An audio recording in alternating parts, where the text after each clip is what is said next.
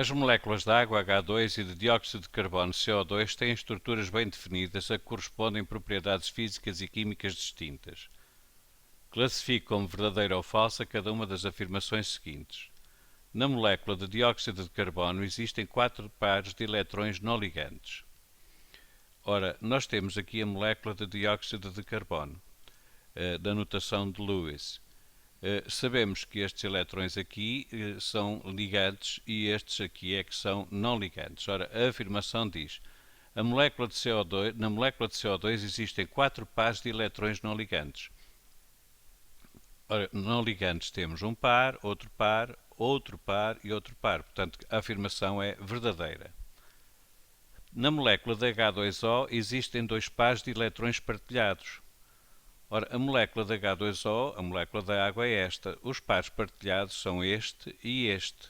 Estes são não partilhados, ou seja, são não ligados, pelo que a afirmação na molécula de H2O existem 2 pares de eletrões partilhados também é verdadeira. As duas moléculas H2O e CO2 apresentam geometria linear. É evidente que não, dada a estrutura que aqui está representada, não apresenta geometria linear. Mas vamos um pouco além para perceber porque é que, por exemplo, a molécula da água não tem geometria linear. A molécula da água é constituída por 2 átomos de hidrogênio e por um átomo de oxigênio que tem 2 orbitais p semipreenchidas.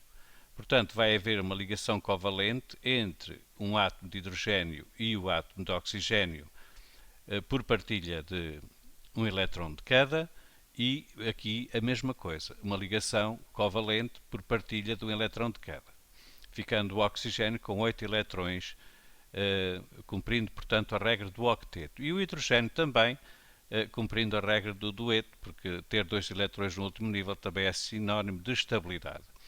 A questão que se coloca agora é porque é que estes pares estão assim, porque é que esta ligação é assim, H-OH. Esta ligação é assim porque os eletrões têm carga negativa e eles, tendo possibilidade de o fazer, vão ocupar lugares no espaço onde estejam o mais longe possível uns dos outros, por causa da repulsão. Porque estar mais longe possível um dos outros, mais longe possível um dos outros, significa maior estabilidade. E podíamos pensar, então, mas porquê é que não estão em cruz? Não estão em cruz porque se pegar em 4 canetas e cada caneta simbolizar um par de eletrões, verificará que só quando as dispuser segundo os vértices de um tetraedro regular é que consegue o maior afastamento entre as canetas. E é isso que acontece na molécula d'água. Estes pares de eletrões estão o mais longe possível uns dos outros para que o sistema seja o mais estável possível. Claro que temos aqui eletrões de diferentes tipos. Estes são ligantes, estes são não ligantes, mas para este efeito nós podemos ficar por aqui e dizer que esta molécula de facto não pode ter geometria linear, terá geometria angular. Então, e a de dióxido de carbono? O dióxido de carbono, devido à simetria da molécula, repare-se que não existem aqui, no átomo de carbono, que é central, pares de eletrões que obriguem a fletir esta ligação CO-CO e, portanto, para que deixe de ser linear. Não existe aqui nenhum par de eletrões não ligantes.